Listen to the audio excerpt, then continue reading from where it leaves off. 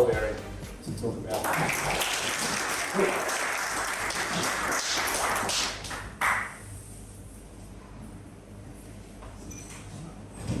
Maybe I'll be shorter than I thought. I'd just like to start thanks for the introduction, Isaac. I'd just like to start by acknowledging Brendan, Isaac and Mark for putting on this event each month. It's a fantastic opportunity and setting for us to build connections with other local people and businesses. So thanks for everything you do, guys. So today I'm here to talk about this book called The Go Giver. Quick hands up, who's read this book before? Okay, awesome. Not too many actually. So when I attended my first LinkedIn local event, which was actually at this venue last year, Brendan was talking and had this copy of the book up here, and it was basically available for someone to borrow. And so during the event, I was having a great conversation with the lovely Sonia, who is sponsoring tonight, and she went up and grabbed the book and gave it to me and said, "Here, read this." Which, now that I think about it, maybe we weren't having such a great conversation and she probably thought I needed any help. But all jokes aside, it's a really easy book to read, and it's really changes how you think about how you treat people in business and in life.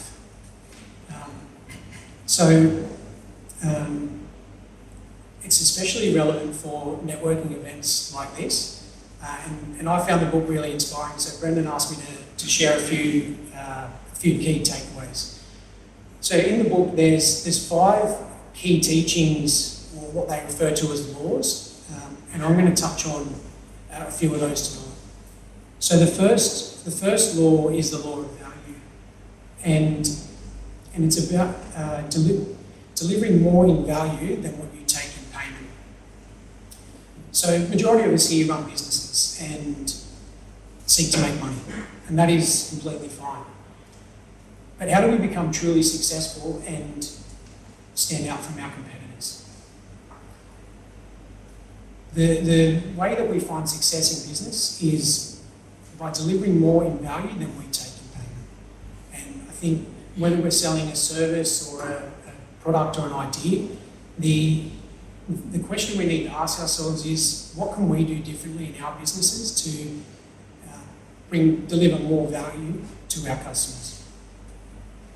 The other important law is the law of influence, and there's a really great passage of text in the book on page 64, which talks about how most people think that influence creates money and status and accomplishments, but however the truth is it's influence that creates those things.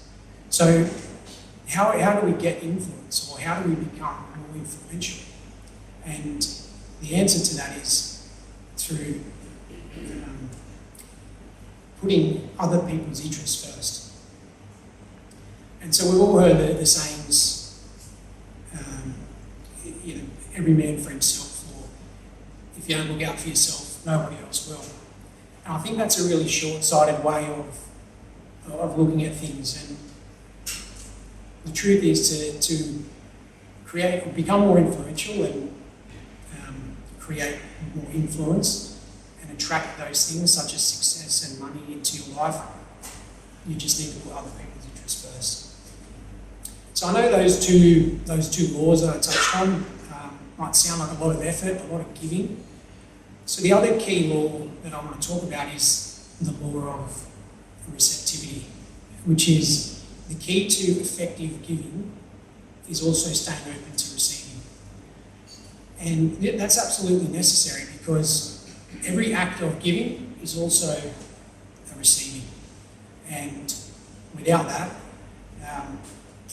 without staying open to receiving, then that stops that flow. So